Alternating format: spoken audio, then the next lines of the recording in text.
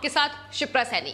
Mafia don Mukhtar Ansari को Uttar Pradesh shift करने की तैयारी अब शुरू हो गई है। सुप्रीम कोर्ट के आदेश के बाद अब उत्तर प्रदेश की बांदा जेल में मुख्तार अंसारी को शिफ्ट किया जाएगा। लेकिन इस बीच पंजाब सरकार ने जेल शिफ्टिंग के लिए उत्तर प्रदेश में योगी आदित्यनाथ सरकार को एक चिट्ठी लिखी है, जिसमें 8 अप्रैल से पहले शिफ्टिंग वाहन का बंदोबस्त करने के लिए उत्तर प्रदेश की सरकार से कहा गया है। यानी अभी भी कैप्टन सरकार का प्रेम मुख्तार के लिए कम होता नजर नहीं आ रहा है, जबकि सुप्रीम कोर्ट ने एक बड़ा फैसला सुनाते हुए यह साफ तौर पर कहा है कि 1 हफ्ते के अंदर मुख्तार अंसारी को उत्तर प्रदेश की बांदा जेल में शिफ्ट करना होगा और इसकी तैयारी पंजाब सरकार को, पंजाब पुलिस प्रशासन को करनी होगी।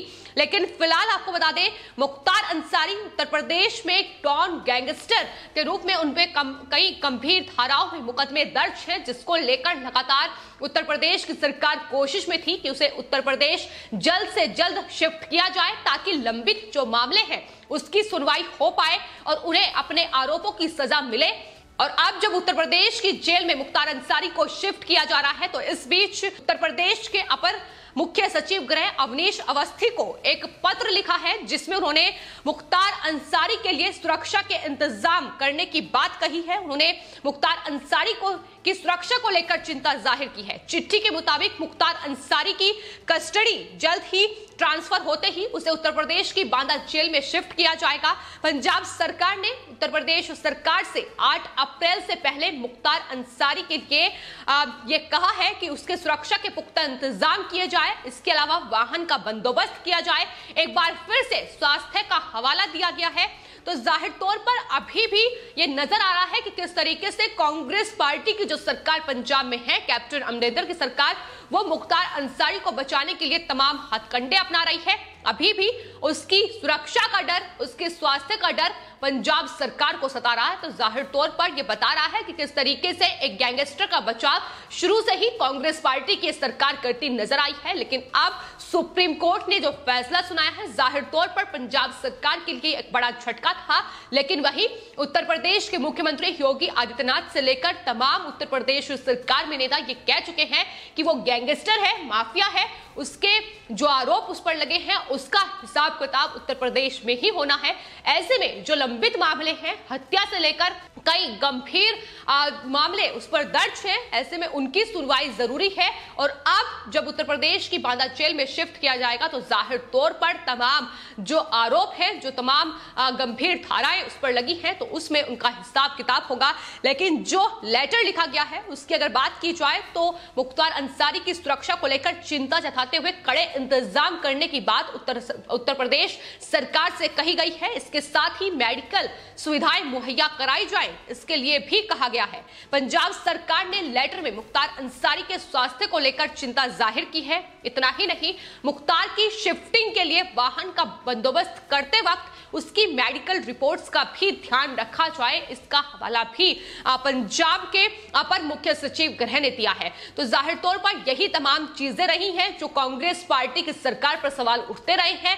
न सिर्फ कांग्रेस पार्टी, बल्कि उत्तर प्रदेश में अगर बात की जाए तो पिछली सरकारें जिस तरीके से मुलायम सरकार हो, अखिलेश सरकार हो या मायावती की सरकार हो, माफिया डॉन मुख्तार अंसारी को पालने और पोसने का काम इन सरकारों में हुआ है। ये तमाम जो आरोप मुख्तार अंसारी पर लगे हैं, जिनमें एफआईआर दर्ज हुई है, जिनमें लगातार कोर्ट में मामले चल रहे हैं, ये पिछली सरकारों में ही इन तमाम कह सकते हैं कि इल्जामों को उसने अंजाम दिया है, इन तमाम कारनामों को अंजाम दिया है, जिसका हिसाब किताब अब उत्तर प्रदेश में योगी आदित्यनाथ की सरकार में होगा।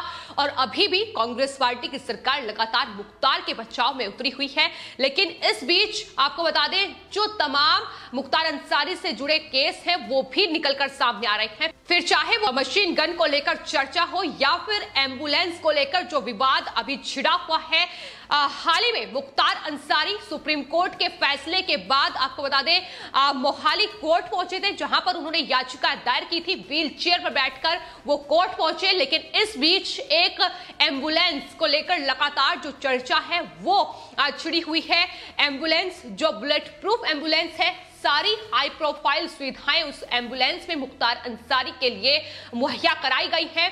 पंजाब सरकार आखिर किस तरीके से मुख्तार अंसारी को ये हाई प्रोफाइल सुविधाएं दे रही है, लेकिन अगर बात एम्बुलेंस की जाए तो यूपी नंबर की ये एम्बुलेंस आखिर पंजाब में क्या कर रही थी, किस तरीके से इस एम्बुलेंस को बुलेट प्रूफ बनाया गया था, मुख्तार अंसारी के लिए तमाम सुविधाएं, ये तमाम चीजें हैं जिसको लेकर लगातार सवाल उठ रहे थे। और इस एम्बुलेंस को लेकर जब छानबीन शुरू हुई तो आपको बता दें बाराबंकी में फर्जी डॉक्यूमेंट के आधार पर एम्बुलेंस के रजिस्ट्रेशन का मामला दर्ज किया गया। तो आपको बता दें जो एम्बुलेंस सुर्खियों में आई उसको लेकर पंजाब से लेकर उत्तर प्रदेश तक उत्तर प्रदेश की पुलिस ने छानबीन शुरू की, जिसमें अब अलग अलग एंगल निकलकर सामने आ रहे हैं। अगर बात एम्बुलेंस जो कि बुलेट प्रूफ है उसकी बात की जाए तो उसको लेकर यह खुलासा हुआ है कि जो मुख्तार अंसारी जिस एम्बुलेंस का इस्तेमाल कर रहे थे वो बुलेट प्रूफ एम्बुलेंस चंडीगढ़ में नहीं बल्कि पंजाब में बनाई गई थी। लेकिन उत्तर प्रदेश की पुलिस ने अब इसको लेकर तमाम जानकारियां जो है वो जुटा ली है।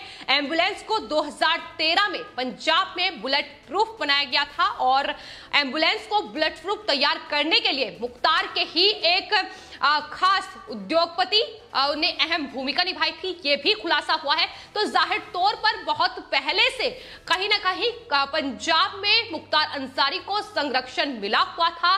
कांग्रेस की सरकार हो या जैसे हमने पहले बताया कि समाजवादी पार्टी की सरकार हो, तमाम इन पार्टियों की सरकारों ने उन्हें संरक्षण देने का काम किया है और यही वजह है कि अब तक उसके जो गुनाह है उसका हिसाब किताब नहीं हो पाया है। लेकिन अब जिस तरीके से मुख्तार अंसारी उत्तर प्रदेश का माफिया डॉन, बसपा के विधायक भी कई बार मऊ से रह चुका है, अब जब उत्तर प्रदेश में योगी आदित्यनाथ सरकार के शिकंजे पर आया है तो लगातार उत्तर प्रदेश की जो पुलिस है वो भी जांच पड़ताल कर रही है और उसमें लगातार एक के बाद एक बड़े खुलासे निकलकर सामने आ रहे हैं। फिलहाल एम्बुलेंस को लेकर जो डॉक्टर अलका राय का नाम भी सामने आया है, एक जो एसपी है यमुना प्रसाद बाराबंकी के, उन्होंने ट्वीट करते हुए जानकारी दी है कि दरअसल बाराबंकी में फर्जी डॉक्यूमेंट के आधार पर एम्बुलेंस के रजिस्ट्रेशन का मामला दर्ज किया गया था। इसके बाद इस पूरे मामले में कार्रवाई शुरू हुई। एक टीम उत्तर प्रदेश के मऊ पहुंची तो वहीं दूसरी टीम पंजाब गई है, जिसके नाम से ये सारे फर्जी दस्तावेज बनाए गए हैं, उनसे लगातार पूछताछ हो रही है। और वहीं डॉक्टर अलका राय जिनका नाम लगातार सामने आ रहा है, उनसे भी उत्तर प्रदेश की पुलिस ने, बाराबंकी पुलिस ने पूछताछ की है। करीब 2 घंटे तक उनसे पूछताछ की गई है। हालांकि पुलिस प्रशासन की ओर से इस पूछताछ के बाद कोई जवाब नहीं आया है। उनका साफ तौर पर यह कहना है कि अभी फिलहाल इस मामले की जांच चल रही है। लेकिन वहीं डॉक्टर अलका राय ने पत्रकारों से बातचीत करते हुए ये बताया है कि दरअसल ये उनके विरुद्ध एक साजिश रची जा रही है। उन्होंने कहा कि उन्हें फंसाया जा रहा है। साथ ही उन्होंने कहा कि बहुत सारे सवाल बाराबंकी की पुलिस ने उनसे पूछे हैं, जिसमें उन्होंने वोटर आईडी को लेकर भी सवाल किया गया। दरअसल अलका राय का उनका साफ तौर पर कहना है कि इस एम्बुलेंस के जो डॉक्यूमेंट हैं, जो कि एक तरीके से फर्जी डॉक्यूमेंट बनाए गए हैं, उनपे वोटर आईडी कार्ड पर अलका राय की फोटो लगी हुई है, लेकिन उनके जो सिग्नेचर है वो उस पर नहीं है। तो ये तमाम जो सफाई है ये लगातार सामने आ रही है। फिलहाल पुलिस प्रशासन का यही कहना है कि इस पूरे मामले पर जांच चल रही है। लेकिन मुख्तार अंसारी के केस में सुप्रीम कोर्ट के फैसले के बाद अब लगातार एक के बाद एक बड़े खुलासे देखने को मिल रहे हैं। फिर चाहे वो बुलेट प्रूफ एम्बुलेंस की बात हो या फिर मशीन गन को लेकर जिस तरीके से लगातार अब इस बीच ये दावा किया जा रहा है कि दरअसल यूपी एसटीएफ ने ये लाइट मशीन गन खरीदने की बात करते हुए मुख्तार अंसारी की आवाज को इंटरसेप्ट किया था और इस मामले में यूपी एसटीएफ ने पोटा के तहत मामला भी दर्ज किया था।